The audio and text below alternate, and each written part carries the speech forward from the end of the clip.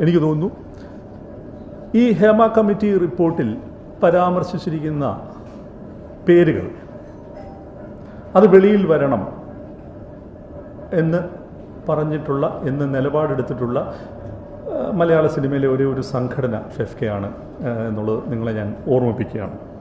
അത് ഞങ്ങൾ ആദ്യഘട്ടത്തിലാണ് അത് പറയുന്നത്. ഒപ്പം ഇത് മലയാള സിനിമയുടെ തന്നെ ചരിത്രത്തിലെ ഏറ്റവും നിർണായകമായ ഒരു ഡോക്യുമെൻ്റായിട്ടാണ് ഹേമ കമ്മിറ്റി റിപ്പോർട്ടിനെ ഫെഫ്ക കാണുന്നത്. എന്നാൽ ഒരു ട്രേഡ് യൂണിയൻ എന്ന നിലയിൽ ഫെഫ്കയ്ക്ക് വളരെ കൃത്യമായ വിമർശനവും നിലപാടും ഹേമ കമ്മിറ്റി റിപ്പോർട്ടിൽ മേലുണ്ട്.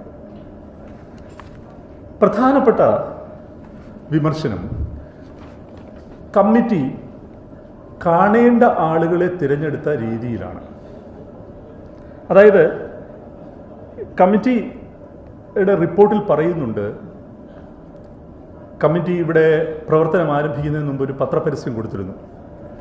കമ്മിറ്റിക്ക് മുമ്പ് ആർക്ക് വേണമെങ്കിലും ഹാജരായി സ്റ്റേറ്റ്മെൻറ്റ് കൊടുക്കാം എന്നുള്ളത്. പക്ഷേ നിങ്ങൾക്കറിയാം, അങ്ങനെ ഒരു പത്രപരസ്യം ശ്രദ്ധിക്കപ്പെടാനുള്ള സാധ്യത വളരെ കുറവാണ്. ശ്രദ്ധിച്ചാൽ തന്നെ പ്രേരണയില്ലാതെ ആളുകൾ പോകാനുള്ള സാധ്യത കുറവാണ്.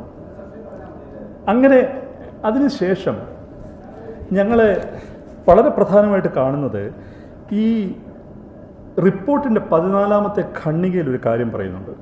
The committee then decided to contact individuals in cinema personally, അവരുടെ ഈ അഡ്രസ് എല്ലാം കളക്ട് ചെയ്തുകൊണ്ട്, of both men and women in cinema whom we propose to meet എന്നാണ് പറയുന്നത്.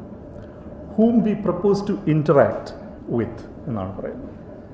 അപ്പോൾ ഞങ്ങൾക്ക് കാണേണ്ട ആളുകളുടെ ടെലിഫോൺ നമ്പറും ഇമെയിലുകളും ഞങ്ങൾ ശേഖരിച്ചു, ഞങ്ങൾ അവരെ വിളിച്ചു എന്നുള്ളതാണ്.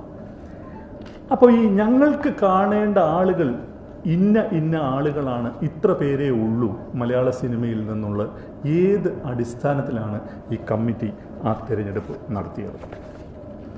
ആ തിരഞ്ഞെടുപ്പിൽ എന്തുകൊണ്ട് ഫെഫ്കയിലെ അംഗസംഘടനകളുടെ ജനറൽ സെക്രട്ടറിമാർ പോലും ഉണ്ടായില്ല?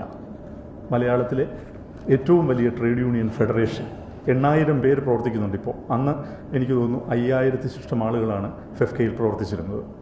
700 ശിഷ്ടം സ്ത്രീകൾ പ്രവർത്തിക്കുന്ന സംഘടനയാണ് ഫെഫ്ക. എന്തുകൊണ്ട് ഈ തിരഞ്ഞെടുക്കപ്പെട്ടവരിൽ ഞങ്ങൾ ഒഴിവാക്കപ്പെട്ടു? അതിനുശേഷം അവിടെ പറയുന്നത് ടേംസ് ഓഫ് റെഫറൻസിലെ ഒരു ഇമെയിലായിട്ട്, ഒരു ക്വസ്റ്റ്യനറായിട്ട് മാറ്റുകയും ആ ക്വസ്റ്റ്യനർ WCC അംഗങ്ങൾക്ക് അയച്ചു കൊടുക്കുകയും ചെയ്തു എന്നുള്ളതാണ്. അതായത് ടേംസ് ഓഫ് റെഫറൻസ് ഒരു ക്വസ്റ്റ്യനർ ആക്കി മാറ്റി, എന്നിട്ട് ആ ക്വസ്റ്റ്യനർ WCC അംഗങ്ങൾക്ക് അയച്ചു കൊടുത്തു. 12ാം പേജ് കണ്ടാൽ മതി ഹേമ കമ്മിറ്റി റിപ്പോർട്ടിൻ്റെ. ഇതേ രീതിശാസ്ത്രം എന്തുകൊണ്ട് ഞങ്ങളുടെ കാര്യത്തിലുണ്ടായില്ല? ഈ ക്വസ്റ്റ്യനർ ഞങ്ങൾക്ക് അയച്ചു തരാം, ഞങ്ങളുടെ 21 സംഘടനകൾക്ക് ഞങ്ങൾ അയച്ചു കൊടുക്കും, അവരുടെ അഭിപ്രായം ഞങ്ങൾ എഴുതി തന്നെ കമ്മിറ്റിക്ക് കൊടുത്തേനെ, WCC ചെയ്തതുപോലെ. എന്തുകൊണ്ട് ഞങ്ങൾ ഒഴിവാക്കപ്പെട്ടു? എന്തുകൊണ്ട് മലയാളത്തിലെ നിർമ്മാതാക്കളുടെ സംഘടന ഒഴിവാക്കപ്പെട്ടു?